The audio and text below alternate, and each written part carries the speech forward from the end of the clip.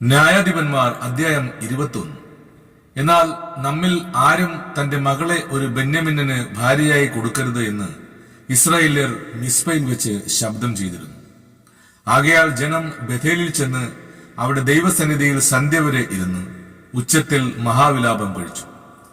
ഇസ്രായേലിന്റെ ദൈവമായ യഹോവേ, ഇന്ന് ഇസ്രായേലിൽ ഒരു ഗോത്രമില്ലാതെ പോകുവാൻ തക്കവണ്ണം ഇസ്രായേലിൽ ഇങ്ങനെ സംഭവിച്ചുവല്ലോ എന്ന് പറഞ്ഞു. പിറ്റന്നാൾ ജനം അതികാലത്ത് എഴുന്നേറ്റ് അവിടെ ഒരു യാഗപീഠം പണിത് ഹോമയാഗങ്ങളും സമാധാന യാഗങ്ങളും അർപ്പിച്ചു. പിന്നെ ഇസ്രായേൽ മക്കൾ എല്ലാ ഇസ്രായേൽ ഗോത്രങ്ങളിലും യഹോവയുടെ അടുക്കൽ സഭയ്ക്ക് വരാതെ ആരെങ്കിലും ഉണ്ടോ എന്ന് ചോദിച്ചു. മിസ്പയിൽ യഹോവയുടെ അടുക്കൽ വരാത്തവൻ മരണശിക്ഷ അനുഭവിക്കണമെന്ന് അവർ ഒരു ഉഗ്രശബ്ദം ചെയ്തിരുന്നു. എന്നാൽ ഇസ്രായേൽ മക്കൾ തങ്ങളുടെ സഹോദരന്മാരായ ബെന്യാമിനെ കുറിച്ച് അനുതപിച്ചു. ഇന്ന് ഇസ്രായേലിൽ നിന്ന് ഒരു ഗോത്രം അറ്റുപോയിരിക്കുന്നു. ശേഷിച്ചിരിക്കുന്നവർക്ക് നമ്മുടെ പുത്രിമാരെ ഭാര്യമാരായി കൊടുക്കരുത് എന്ന് നാം യഹോവയുടെ നാമത്തിൽ സത്യം ചെയ്തിരിക്കൊണ്ട് അവർക്ക് ഭാര്യമാരെ കിട്ടുവാൻ നാം എന്ത് ചെയ്യേണ്ടു എന്ന് പറഞ്ഞു. ഇസ്രായേൽ ഗോത്രങ്ങളിൽ നിന്ന് മിസ്പയിൽ യഹോവയുടെ അടുക്കൽ വരാതെ ആരെങ്കിലും ഉണ്ടോ എന്ന് അവർ അന്വേഷിച്ചപ്പോൾ ഗിലെയാദിലെ യാബേശിൽ നിന്ന് ആരും പാളയത്തിൽ സഭയ്ക്ക് വന്നിട്ടില്ല എന്ന് കണ്ടു. ജനത്തെ എണ്ണി നോക്കിയാറെ ഗിലെയാദിലെ യാബേശ് നിവാസികളിൽ ആരും അവിടെ ഇല്ല എന്ന് കണ്ടു. അപ്പോൾ സഭ പരാക്രമശാലികളായ 12,000 പേരെ അവിടേക്ക് അയച്ചു. അവരോട് കൽപ്പിച്ചത്, നിങ്ങൾ ചെന്ന് ഗിലെയാദിലെ യാബേശ് നിവാസികളെ സ്ത്രീകളും പൈതങ്ങളും ഉൾപ്പെടെ വാളിന്റെ വായ്ത്തലയാൽ കൊല്ലുവിൻ. അതിൽ നിങ്ങൾ പ്രവർത്തിക്കേണ്ടത് ഇവണ്ണം: സകല പുരുഷന്മാരെയും പുരുഷനോടുകൂടെ ശയിച്ച സകല സ്ത്രീകളെയും നിങ്ങൾ നിർമൂലമാക്കണം. അങ്ങനെ ചെയ്തതിൽ ഗിലെയാദിലെ യാബേശ് നിവാസികളുടെ ഇടയിൽ പുരുഷനുമായി ശയിച്ച് പുരുഷ സംസർഗം ചെയ്തിട്ടില്ലാത്ത 400 കന്യകമാരെ കണ്ടെത്തി.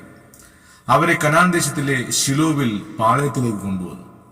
സർവ്വസഭയും റിമ്മോൻ പാറയിലെ ബെന്യാമിനരോട് സംസാരിച്ച് സമാധാനം അറിയിപ്പാൻ ആളയച്ചു. അപ്പോൾ ബെന്യാമിനർ മടങ്ങി വന്ന് ഗിലെയാദിലെ യാബേശിലുള്ള സ്ത്രീകളിൽ വെച്ച് അവർ ജീവനോടെ രക്ഷിച്ചിരുന്നവരെ അവർക്ക് കൊടുത്തു. അവർക്ക് അവരെ കൊണ്ട് തികഞ്ഞില്ല.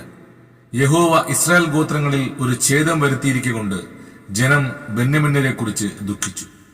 ശേഷിച്ചവർക്ക് സ്ത്രീകളെ കിട്ടേണ്ടതിന് നാം എന്ത് ചെയ്യേണ്ടു? ബെന്യാമിൻ ഗോത്രത്തിൽ നിന്ന് സ്ത്രീകൾ അറ്റുപോയിരിക്കുന്നുവല്ലോ എന്ന് സഭയിലെ മൂപ്പന്മാർ പറഞ്ഞു.